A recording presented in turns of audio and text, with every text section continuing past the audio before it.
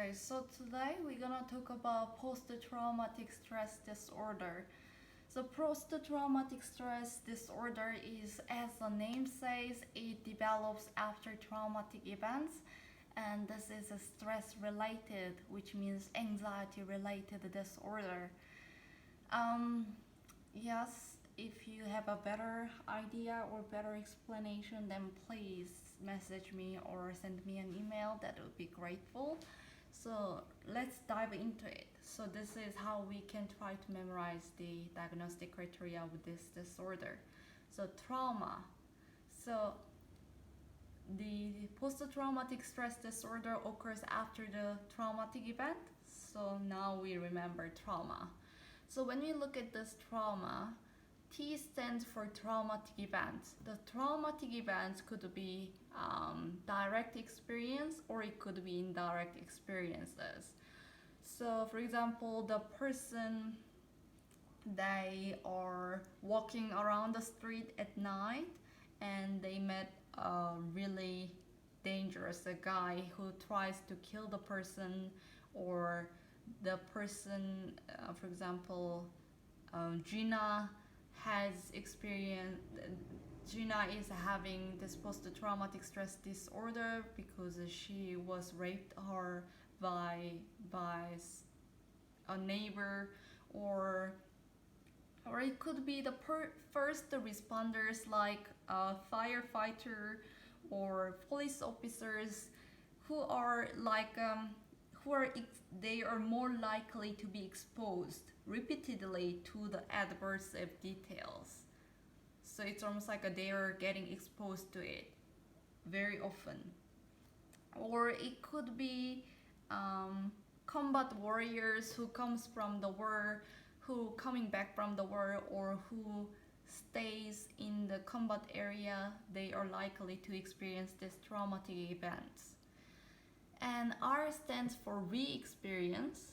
So re-experience is very important because re-experience symptoms are like memories or nightmares, flashbacks, and these any kind of cues or stimuli that's reminding of these traumatic events that will lead into the psychological distress or physiological reactions, like they might be sweating or shaking, or their heart are thumping really fast, like palpitation.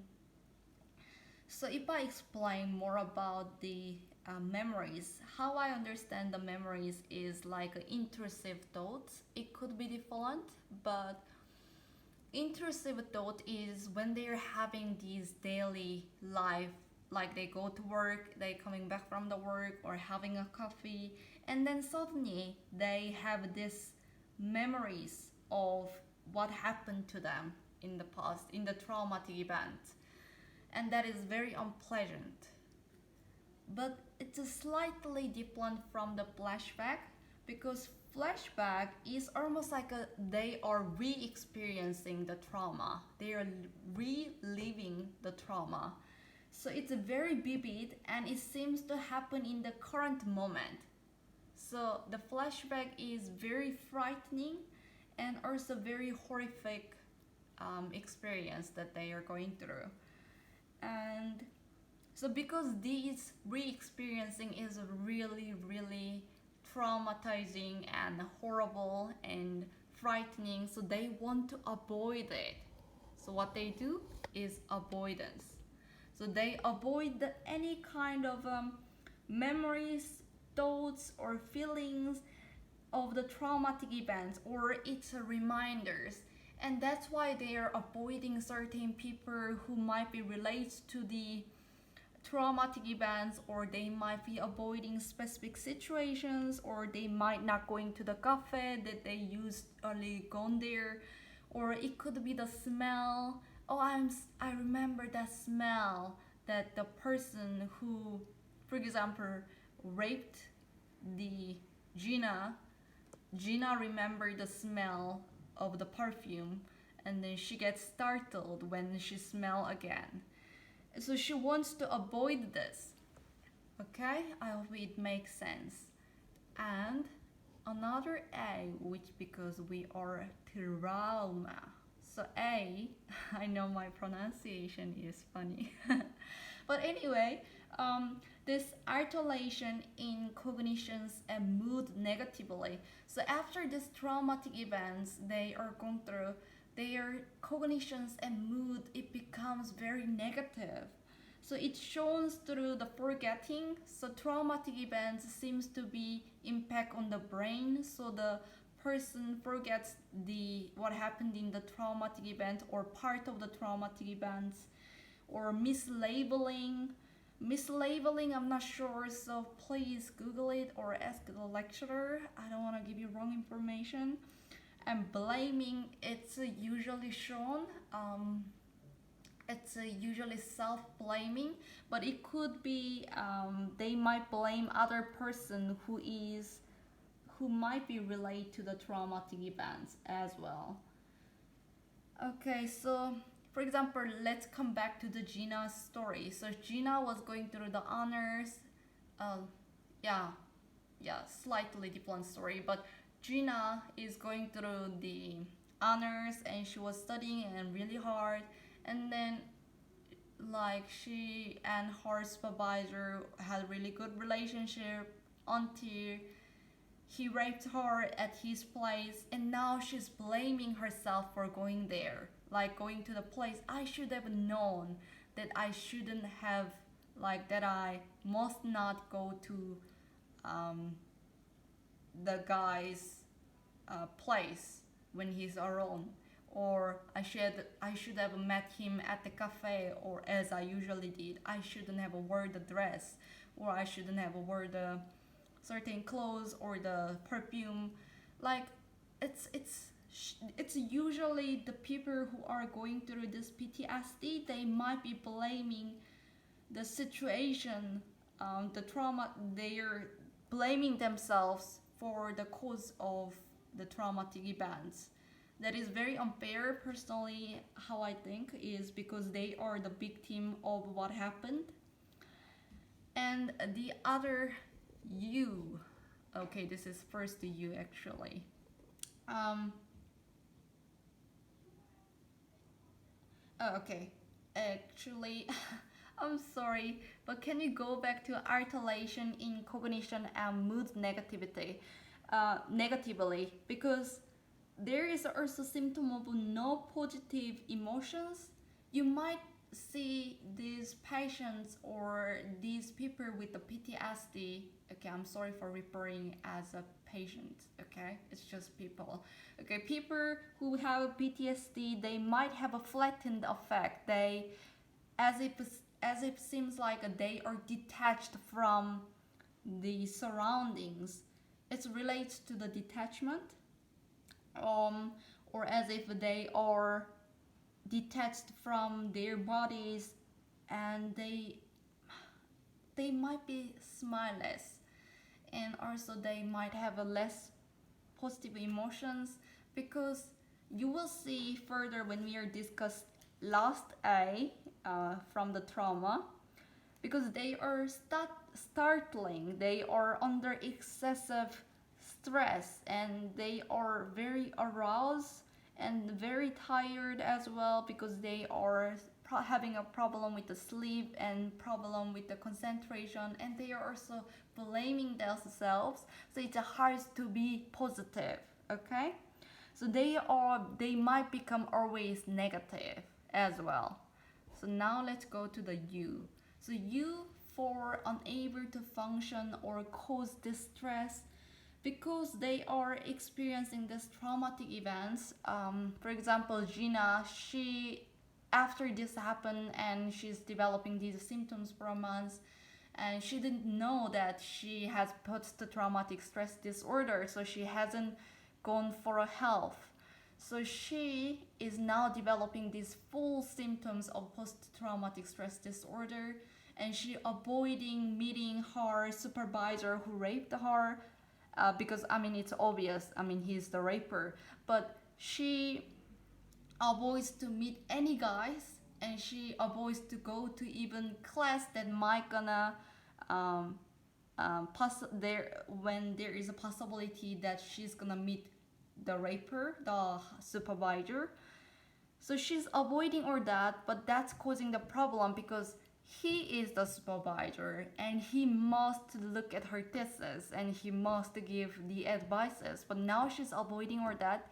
She's not doing her. She's unabling to do her work, and she's missing out the stuff or for her studying, and she also unable to ask questions, so it's impact her occupational functioning, so it's causing distress in in occupational functioning. Or and also we can see distress from her social functioning in a way that she avoid meeting her guy friends, so her guy friends think that she no longer care about them, or she might have a problem having a new boyfriend because now she has a really bad experience of sexual relationship, or because of the rape she has a really bad experience of it, so she doesn't want to have a sex in future. Or she might have a problem with her friends, other girlfriends or guy friends. She feels like as if they don't understand her. And the M stands for months or more. So it's basically after the traumatic events, from that day to the months. After that months passed, or on the months, we diagnose the person to have post-traumatic stress disorder if they have the symptoms that I just described. Okay, so if the person develops the symptoms that is very similar to this post-traumatic stress disorder, but it's the less than a month, then you diagnose the person to have acute stress disorder instead of the post-traumatic stress disorder. That's how I differentiate between acute stress disorder and post-traumatic stress disorder. So you need to check whether this person is showing the symptoms after a month, or they came after a month, or they came before the month and complaining that they are having distress in their social life or occupational life. So there is a times when the person who has the acute stress disorder, there is a chance that it develops further into the post-traumatic stress disorder, but it's not always the case, as far as I know. And then lastly, A stands for increased. The arousal and reactivity increased. So arousal and reactivity increased. Let me actually put this further so I can, there we go. So arousal and reactivity increased. So it can be shown in two of the following. For example, irritability, recklessness, hypervigilance, startling, concentration, and sleep disturbances. So irritability is because they are under so much stress, and they are also having problem with their sleep, and they are having problem with the concentration as well. So it might cause them to be very stressed and irritable. That's how I understand the irritability. And recklessness is more likely they are involving into the risky behavior. So they might try the substance abuse like drugs or alcoholism, or they might do the unsafe sex, or they might do the high adrenaline activities like bungee jumping, or they might show behavioral addictions such as gambling or excessive shopping, or they might have a hypervigilance. Hypervigilance is extreme awareness. This one is maybe close to the startling, but startling is almost like you are frightened, like they are easily scared. Like when somebody passes away, they might be startled. But hypervigilance is as if they are having extreme or increased alertness, just to make sure that the person is prepared or safe for any other possible threat. For example, Gina, who had gone through the rape, she might be startled when a guy passes her, or very very showing increased alertness when, like when every time when she comes out from her house and when she has to meet other people, she might show that.